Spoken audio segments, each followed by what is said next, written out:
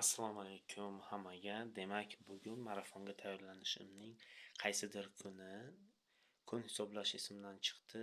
Ya'ni bugun nechinchi kunligi? 4,5 kilometr yuguribman 23 daqiqada. Menimcha bu yaxshi natija va hozir qisqacha video bo'ladi, qanday qilib yugurayotganim va oxirida qadamlarni yugurishda hisoblaydigan dasturdan skrinshotni ko'rsataman. Qiziqarli bo'lsa like bosing, obuna bo'ling, kommentariy yozing va nimadir deng. Bilmadim, 100 yil bo'ldi kommentariy yozmaganiga hech kim. Bir marta do'stim adashib yozibdi. Xo'p, shunaqa. Hammaga omad tilayman.